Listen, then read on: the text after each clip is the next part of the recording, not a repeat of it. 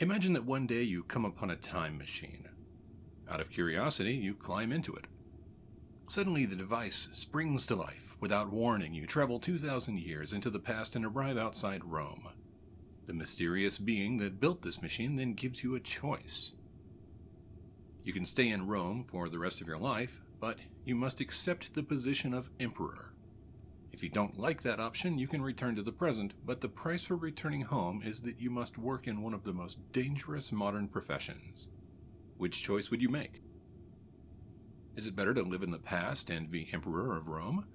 Or would you live longer with a dangerous job in the modern world?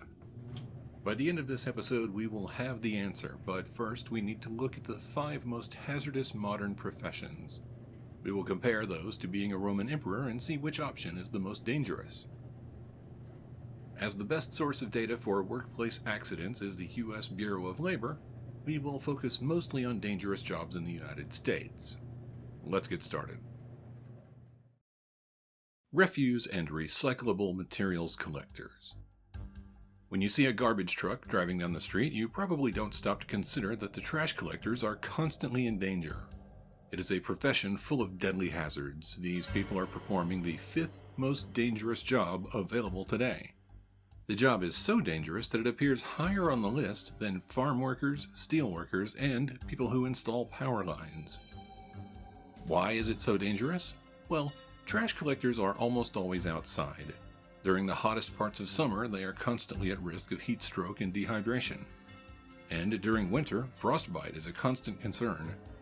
On top of that, it's physically taxing to lift containers full of trash all day long. Just handling the trash comes with its own unique set of safety risks. Hazardous materials like broken glass, nails, and chemicals frequently injure or kill. Being in or on the garbage truck also presents threats to one's life. Garbage collection usually begins before sunrise. Sometimes purely by accident, a truck can hit electric wires. Occasionally, a truck can hit something and cause heavy objects to fall. Anyone in the truck or near it can be killed when this happens. Should a lucky trash collector avoid all the other threats to his or her life, then traffic accidents are another frequent issue. Impatient drivers end the lives of several people in this profession every year. On average, trash collectors are killed at the rate of 24 per 100,000. For most years, the average rate of death for all full-time workers is 3.5 per 100,000. Roofers.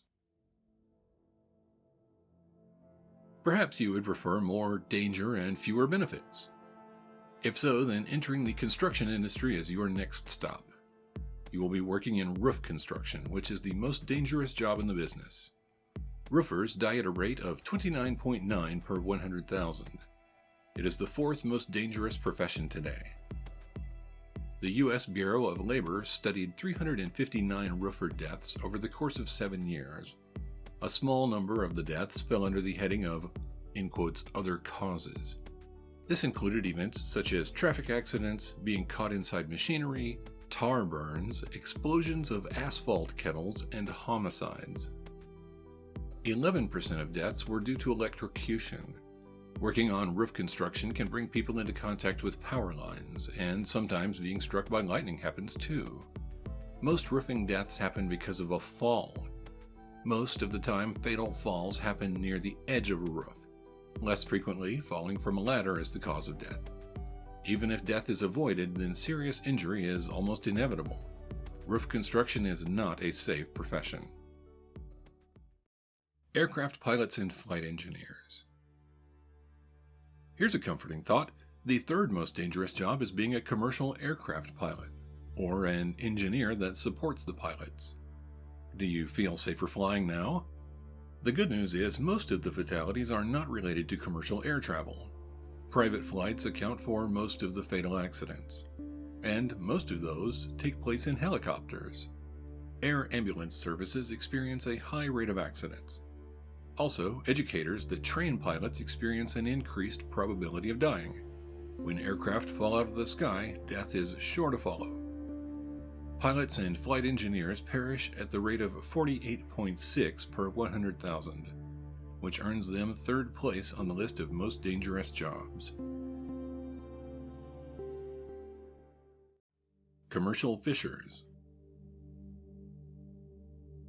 If you want to work hard, love constant danger, and enjoy motion sickness, then you might want to join the profession of commercial fishing. It is the second most dangerous job. People working in this industry die at the rate of 117 per 100,000 workers. We know it is dangerous thanks to the National Institute for Occupational Safety and Health. They keep detailed records about the causes of injuries and deaths in the fishing industry. A review of data between the years 2000 and 2015 found the most common ways commercial fishers meet their end. Nearly half of the fatalities, 49% to be exact, happened after damage inflicted on the fishing vessels. The second most common reason of death, which accounted for 30% of the fatalities, was people falling overboard. Suffering an injury while working on a fishing vessel was responsible for 12% of the deaths. The final 9% perished because of diving accidents or accidents encountered while on shore. What kind of vessel disasters cause workers to die? For 25% of them, water floods into the fishing vessel and it sinks. A slightly smaller number, 19%, happen due to large waves. Even when large waves aren't a concern, another 19% of the vessel disasters are because of conditions that cause instability. But the overwhelming reason fishing vessels kill their occupants is bad weather. It is responsible for 55% of the disasters. For the unlucky who fall overboard, at least 46% of them died because nobody saw them fall off the boat. None of those who died from falling overboard were wearing a personal flotation device. What job could be more dangerous than this? Logging workers. The most dangerous job in the modern world belongs to people who work in the logging industry. According to data from recent years, they die at a rate of 164 per 100,000. This includes people who cut the trees, those who drive the trucks, and the workers who operate the machines that move downed trees. Thanks to issues with how statistics are collected, the actual number of deaths is assumed to be higher than officially reported. Most of the logging-related deaths, 59%, occur when someone is hit by a flying object or is caught in between two objects. Basically, most of the people who die in this profession are crushed by falling logs or limbs. I actually did this job briefly when I was younger, and on my first day of work, I was almost snuffed out in an instant for this very reason. The recorded details of past accidents help illustrate how they happen. Here are a few from 1992. On October 6th, a 33-year-old man was killed by his chainsaw. He was cutting limbs off a downed tree. One of them knocked the chainsaw back towards him. It struck the man in the throat, and he bled to death.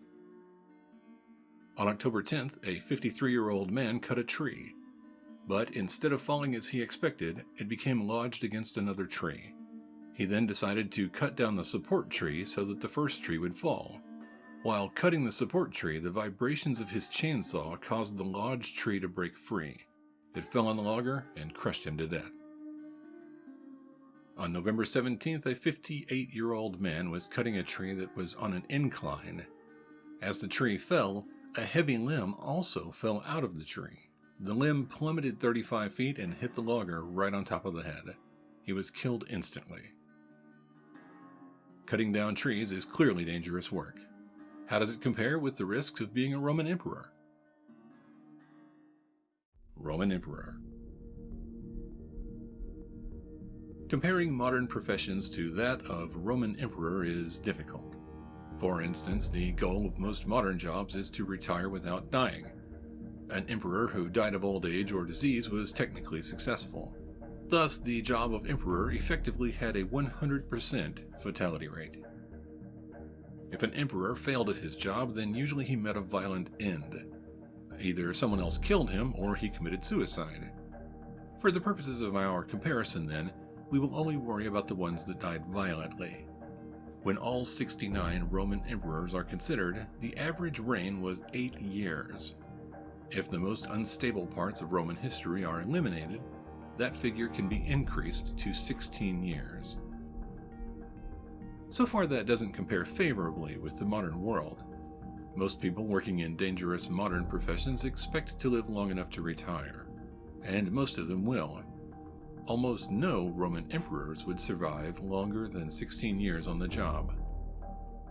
A paper written by Joseph Sale provided much deeper insight into how dangerous it was to be emperor. He was an aerospace engineer at the Georgia Institute of Technology who used principles of engineering to examine the lives of Roman emperors. Most specifically, he applied time-to-failure calculations to the historical data to try and determine where and when emperors failed. By any measure, the life of a Roman emperor appeared brutally short. A full 62% of them met a violent death. Of those violent ends, 79% of them were due to assassination. Foreign enemies killed 12% of them in battle, and suicide accounted for the remaining 9%. Although, to be fair, most of the suicides happened because it was preferable to assassination. There was a pattern concerning when emperors were killed, and some indication why. The first year was a very risky period. Emperors who failed to perform their job well were usually killed early in their reign. If an emperor survived his first year, then he had a good chance of surviving until the 12th year of his reign. Joseph isn't sure why the risk of assassination increased at the 12-year mark. He theorized that perhaps emperors continued to make new enemies, and this indicated the point where those conflicts became a danger. Joseph did have something to say about how dangerous the job of being emperor was. In his paper, he wrote, "The odds of survival for a Roman emperor were roughly equivalent to playing Russian roulette with a 6-chambered revolver, in which the participant places not 1 but 4 bullets, spins the cylinder to randomize the outcome, and pulls the trigger with the muzzle against his head." If given the choice of becoming a Roman emperor, it would be wise to decline.